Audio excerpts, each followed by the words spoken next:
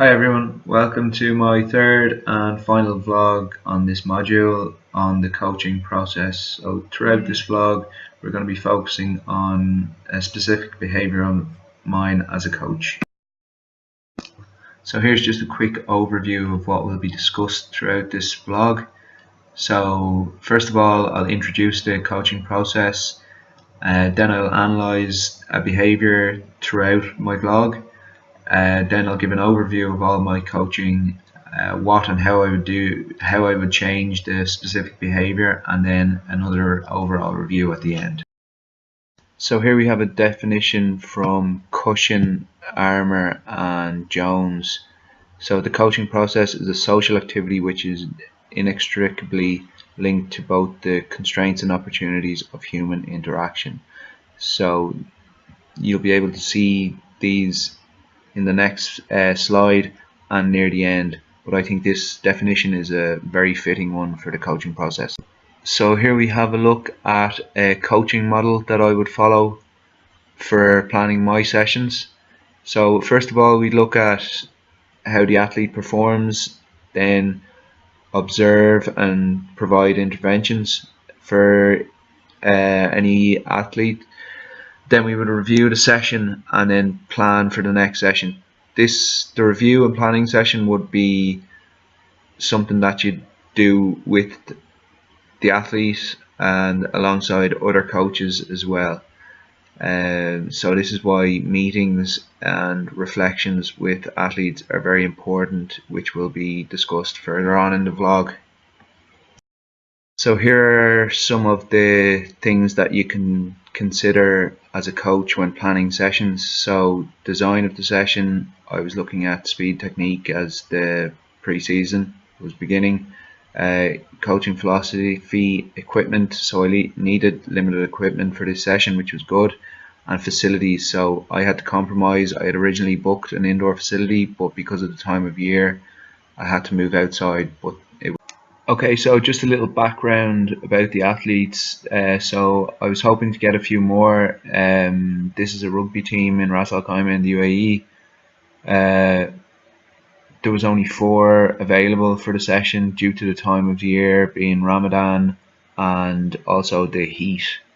This session was about 46-45 degrees. So the previous clip was just a basic ramp warm-up that the athletes had performed before, so I didn't have to do too much coaching. Here we have just the first drill, so a wall drill that we usually do. We've performed this a few times with the athletes as a full team as well. So they were okay with this drill inside. However, when it came to having no wall, athletes were a little bit nervous about falling flat on the floor. My main coaching cue was punching a pane of glass at about hip height with their knee.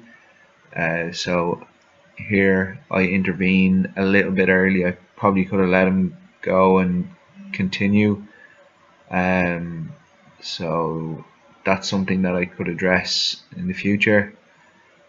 Here we change the drill up. This is a new drill to them, so there's a quick change. So it's up and change for this one.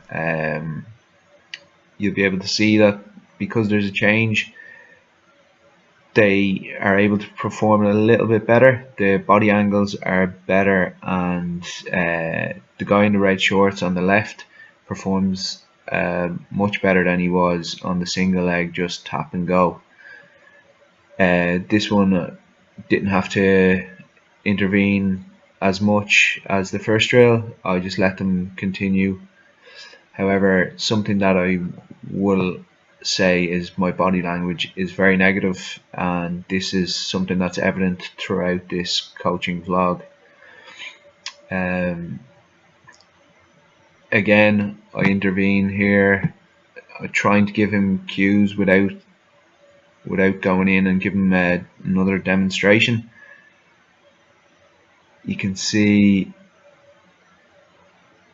his weight distribution isn't right, and that's mainly due to not having a stable surface to balance against. So here we just have the last final wall drill, just focusing on that quick change.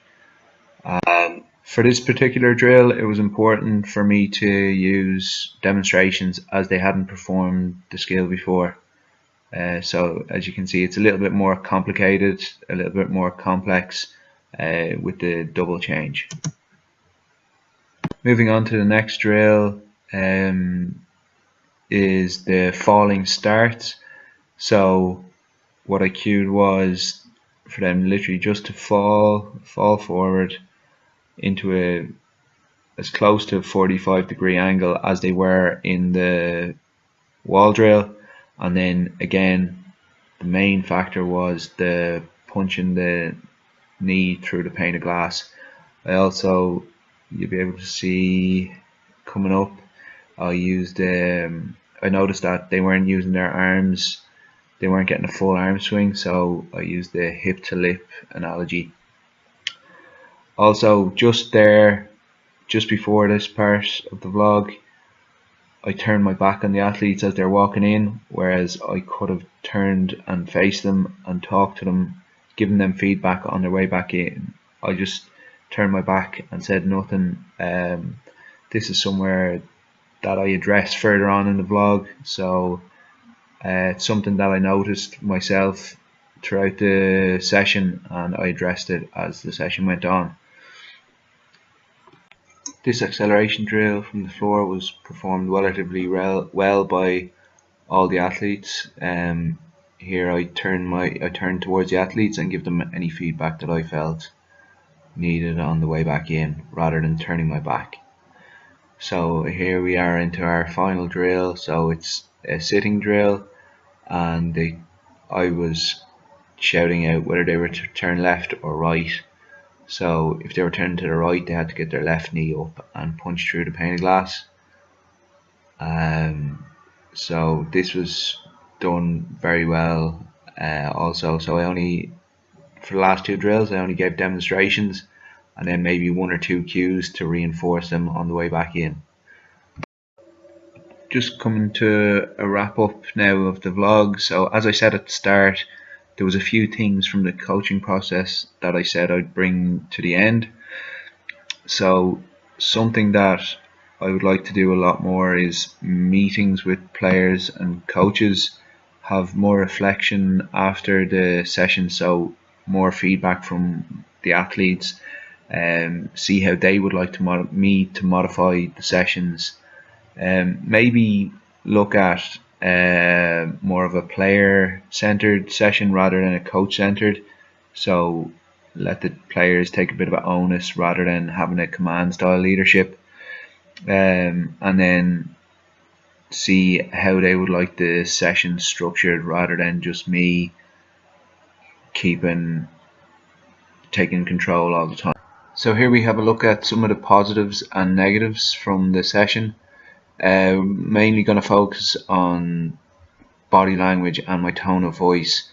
I know you couldn't hear any of the clips from the actual session due to external factors, but my tone of voice was very poor, and you could clearly see my body language throughout the whole session was very negative. So that's something that I need to improve on. Okay, so here we have a look at the steps that I'll take to improve on these issues. So my main issue that I want to deal with is the use of body language. So you could see through the whole video that my body language wasn't good at all. Moving on from this, I want to develop a better tone of voice in dealing with the athletes. Even feedback from the athletes, they said it wasn't very engaging, so this is somewhere where I need to improve massively. So this is a quote that I really like from Carmine Gallo in the TED Talks. Science shows that passion is contagious, literally. You cannot inspire others unless you are inspired yourself. You stand a much better chance of persuading and inspiring your listeners if you express an enthusiastic, passionate, and meaningful connection to your topic. This is the main area that I need to improve on in my coaching. Thank you all for watching my final vlog in this module.